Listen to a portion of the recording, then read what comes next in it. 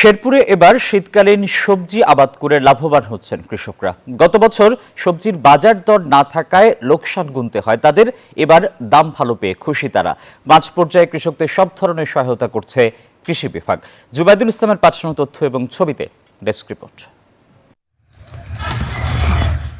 শেরপুর সদর উপজেলার লছমনপুর মোল্লাপাড়া গ্রামের কৃষক কলি মিয়া গত বছর ফুলকপি আবাদ করে লোকসান গুনেছিলেন প্রায় লাখ টাকা, কিন্তু এবারের চিত্র ভিন্ন।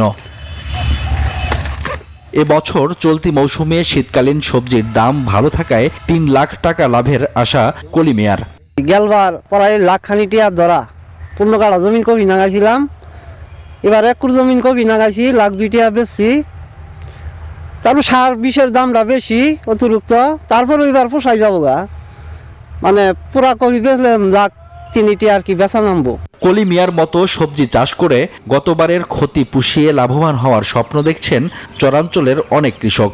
তবে কীটনাশক, বীজ ও শ্রমিকের মজুরি বৃদ্ধির কারণে উৎপাদন খরচ বেড়ে যাওয়ায় কিছুটা শঙ্কায় তারা। দাম ভালো আছে, লাভ আর কি হবো। 25-70 জমিনে ফুলকপি লাগাইছি, বেচা শুরু করছি, 10-12 হাজার টাকা তো বেচা হয়েছে।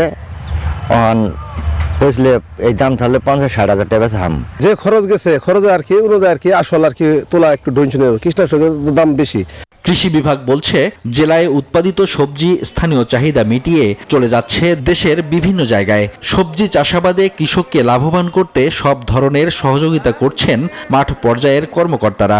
আমাদের উপজেলা কৃষি অফিস সহ উপসহকারী কৃষি কর্মকর্তাগণ মাঠে রয়েছেন এবং তারা কৃষকদেরকে প্রয়োজনীয় পরামর্শ দিচ্ছেন কিভাবে আরো লাভবান হওয়া যায়। কৃষি বিভাগের তথ্যমতে চলতি মৌসুমে জেলায় 9,000 হেক্টর জমিতে শীতকালীন সবজি চাষের লক্ষ্যমাত্রা নির্ধারণ করা হয়েছে।